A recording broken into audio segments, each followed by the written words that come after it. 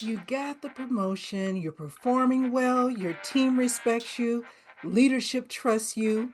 On paper, everything is working, but you don't feel like yourself.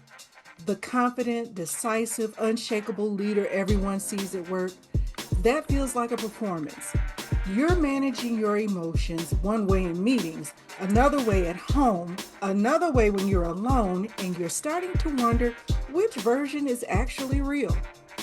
The doubt you're feeling isn't about whether you can do the job, you're already doing it. The doubt is about whether the person doing the job is actually you or just a role you're playing. And here's what's making it worse: you can't tell if this is normal compartmentalizing or if you've lost connection with who you actually are. Listen, here's what nobody's telling you: this isn't a confidence problem, this is an identity question. And the answer isn't about becoming more authentic or more professional. It's about understanding that you can be strategic and real. And those two things aren't opposites. I'm Davina Dandridge, author, professor, and emotional empowerment strategist. This is Brains and Baubles Live, where we talk about sophisticated empowerment, strategic living, and the refined emotional mastery that helps accomplished women make decisions today they'll be happy about in the near future. Today, we're talking about the work persona you've built, whether it's really you, and how to lead strategically without losing yourself in the process. So let's get into it. Here's what I want you to understand: your emotions impact your thinking impacts your behavior, and your behavior creates your environment. Right now, you're managing different emotions in different contexts. At work, you manage calm, confidence, composure. At home, you let your guard down, sometimes. Alone, you feel the exhaustion of holding it all together. That's compartmentalizing. And compartmentalizing isn't bad, it's necessary. You can't show up at work the same way you show up with your girlfriends. You can't lead a meeting the same way you talk to your husband. Different contexts require different strategies. But here's where it gets tricky. Compartmentalizing worked when you were building your career. It helped you navigate spaces where you had to prove yourself. It helped you manage emotions in high pressure situations. It helped you earn the respect in rooms where people doubted you. But right now, you're in a position where you don't have to prove yourself anymore. And the compartmentalizing that got you here is starting to feel like a cage. You don't know which version of you is real because you've been strategic for so long. You've lost connection with what's authentic. So here's the truth: the lack of confidence you're feeling after this promotion, that isn't imposter syndrome. It's your emotional nervous system realizing that you're in a new level and the old strategies just don't fit anymore. You got promoted because you were competent, composed, strategic. But at this level, leadership isn't just about managing tasks, it's about managing people. And managing people requires connection, not just competence. You're doubting yourself because you're realizing the work persona you built to get here doesn't fully match who you're becoming. And you don't know if you can lead as yourself or if you have to keep performing. Here's what research from organizational psychology shows: women in leadership roles report higher levels of identity conflict than men at the same level. Why? Because women are more likely to adopt different communication styles in professional versus personal contexts. They're more likely to modulate emotions. They're more likely to code switch. That's not weak, that's strategy. But when it becomes your default and you lose connection with who you are underneath the strategy, that's when the doubt creeps in. The question isn't, am I confident enough? The question is, am I still connected to who I actually am? And that's a different question entirely. Let me show you how to answer that question using the self gut check method. This is a framework that I created for real time emotional decision making, but it's also a tool to identify clarity. When you're questioning whether your work persona is really you, Run it through these 5 questions. Question 1: how am I feeling right now? At work, at home, and alone. Name the emotion in each context. At work, are you calm because you're genuinely composed, or calm because you train yourself to suppress everything that looks like an emotion? At home, are you relaxed, or are you exhausted from holding it all together all day? And when you're alone, do you feel like yourself, or do you somehow feel disconnected? You can't answer the identity question until you know what you're actually feeling in each space. Question 2: what do I want to gain by showing up this way? At work, are you managing emotions to lead effectively? Or are you managing emotions to avoid being seen as too emotional or not ready? There's a difference. One strategic, the other one is self protection. If you're managing emotions to protect yourself from judgment, that's not leadership, that's survival. And survival mode doesn't scale. Question 3: am I willing to keep managing emotions this way long term? Can you sustain this? Or is the way that you're showing up at work starting to bleed into how you show up everywhere else? If you're noticing that you can't relax at home because you're still in composed leader mode, that's a signal.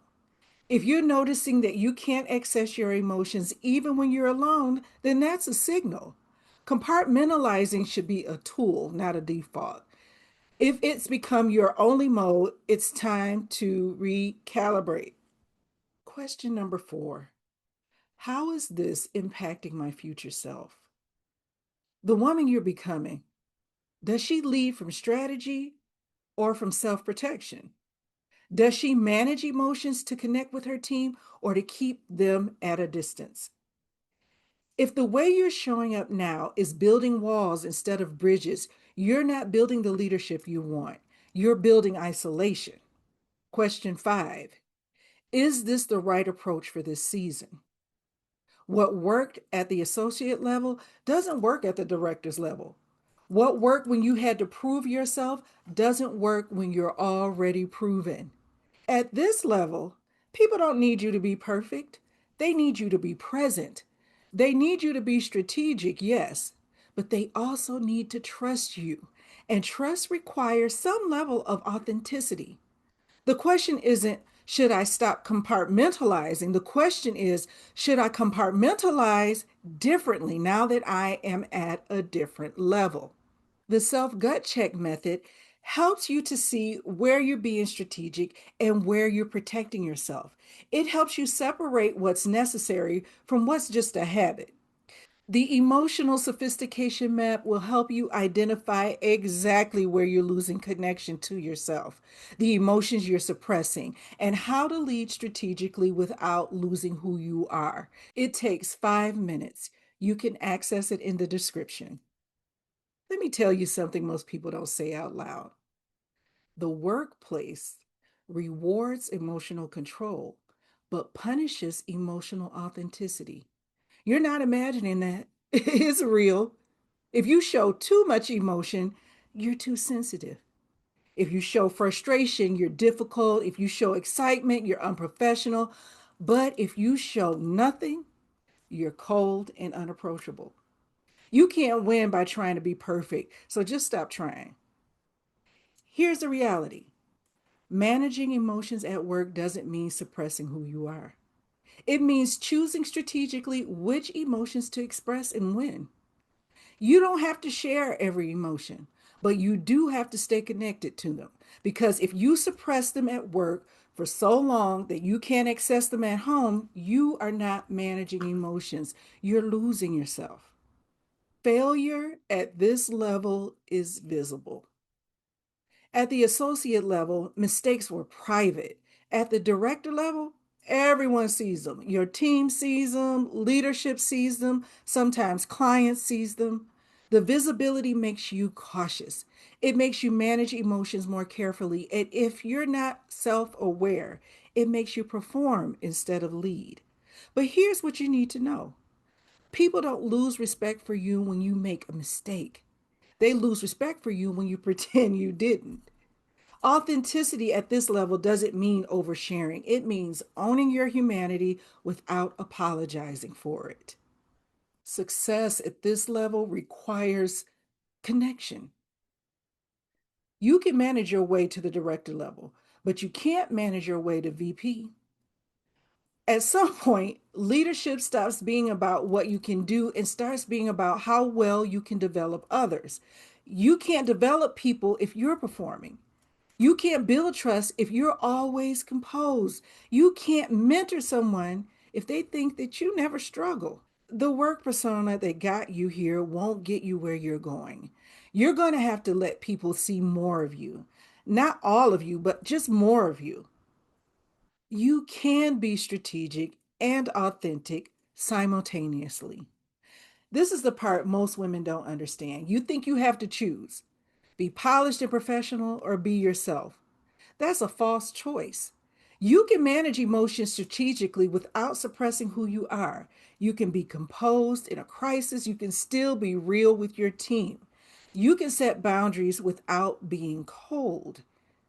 The goal isn't to stop compartmentalizing, the goal is to compartmentalize cautiously, not reactively. You need to be an emotional planner and not a triggered responder. Let me show you what life looks like when you stop performing and start leading strategically as yourself. You show up at work with clarity. You know which emotions to express and which to manage privately. You're not suppressing everything. You're choosing to express yourself strategically. When a project fails, you acknowledge it. You don't pretend it didn't happen.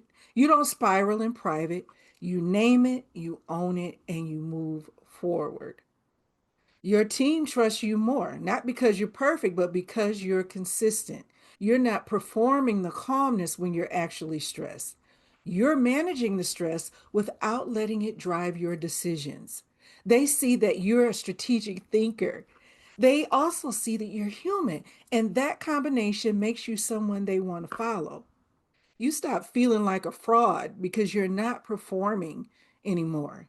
You're leading. The confident, composed woman that they see at work, she's real. She's also tired sometimes. She's also navigating complexity. She's also learning. She's not pretending, she's managing strategically.